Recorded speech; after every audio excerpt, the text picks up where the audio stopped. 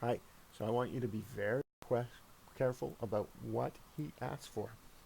If he says, using factoring, find the x-intercepts and graph. Using factoring.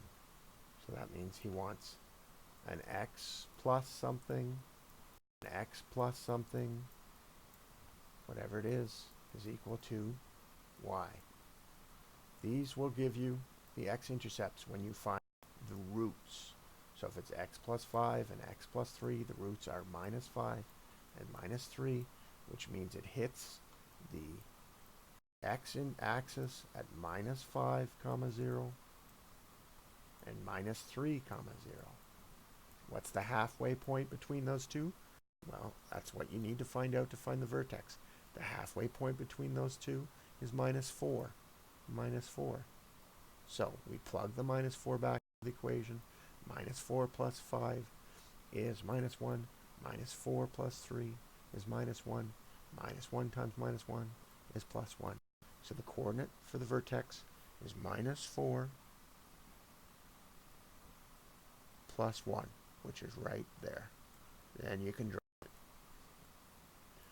If he asks you, if the question asks instead, using the quadratic equation, graph the trinomial, and then he gives you the trinomial, and it's complicated, right? 24, okay, let's say it's 24x squared plus 36 plus 12 plus 36x plus 12 is equal to y. Look for numbers you can divide out first. It makes doing the quadratic equation easier. So in this case, 12 can come out of each of them. We get 2x squared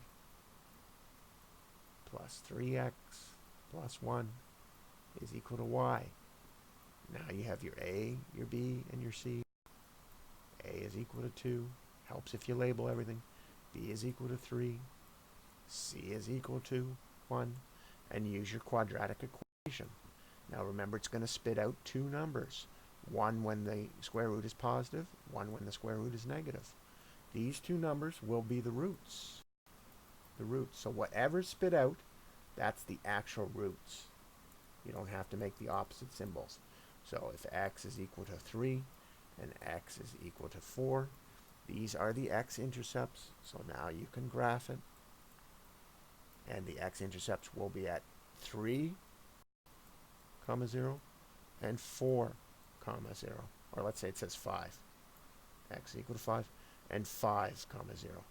To find the vertex, it's the halfway between 3 and 5, which is 4. Axis of symmetry is 4. You would plug the 4 back into the original equation to spit up the y of the vertex. Then you would figure out the y and you'd be able to draw it. This drawing is not accurate to this trinomial. It's just an example. Boom, read the question. If he says, factor if possible, then he wants you to use old school factoring, which means you're going to look at first what's in front of the x squared. Ask yourself, can that number be divided of all of them? Yes, it can. Factored out, you get x plus 3x plus 9. This one is not accurate, but you're looking for a number that multiplies out to 9 and adds up to 3. Well, it would probably be the reverse. 27 would be in the middle, but it will exist. Okay, you just do your factor table, figure it out. Because it's a simple trinomial, you can figure it out right away. No need for grouping. This will produce your roots if he asks you to draw it. The roots are opposite again. So if this says x plus 3 and x plus 5, the roots are minus 5 and minus 3. That is where it crosses the x-axis. Find the in-between point to find the vertex. If he just says factor if possible and not graph, boom, you just find the factors. So that's the simple one.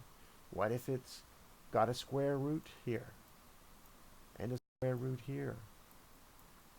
Ask yourselves, does the middle number work? So the square root here is 3x. Square root here, sorry, that wouldn't have an x there, is 9.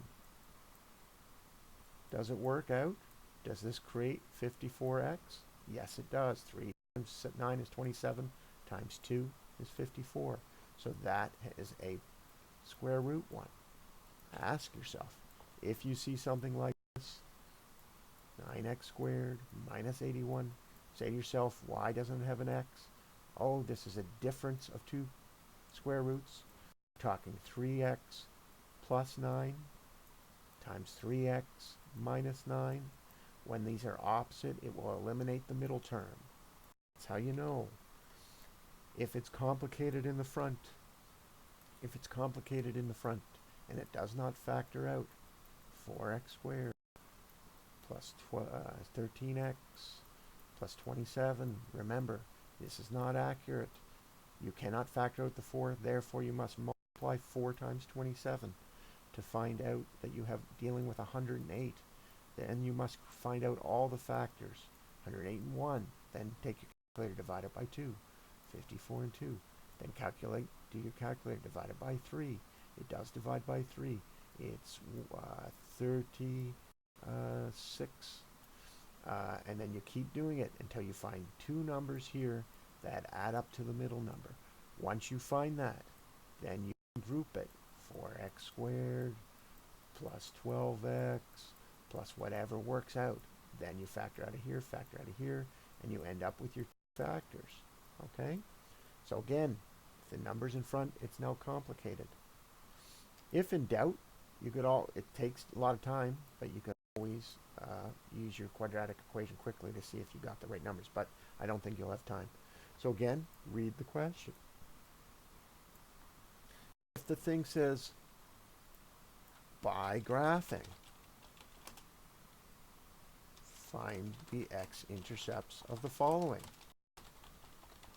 And then he gives you a number, whatever it is. That means you have to make your table right away.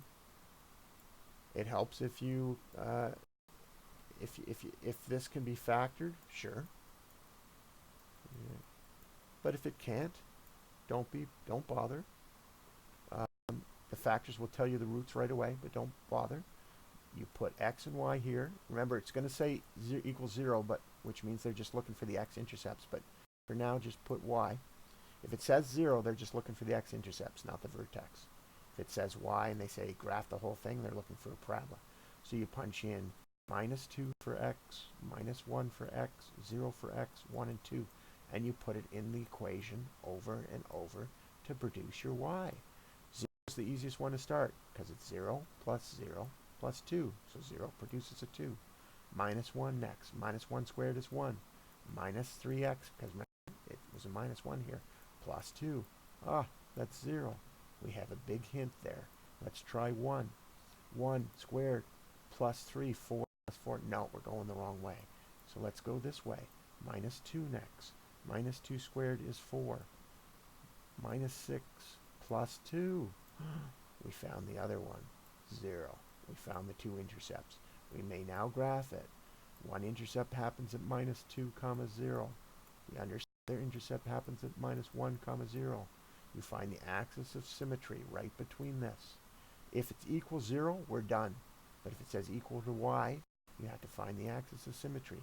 The axis of symmetry shows us that the number right between these two is minus 1.5. We now plug that into the equation using a calculator, and we will find the vertex. Once we find the vertex, we draw it.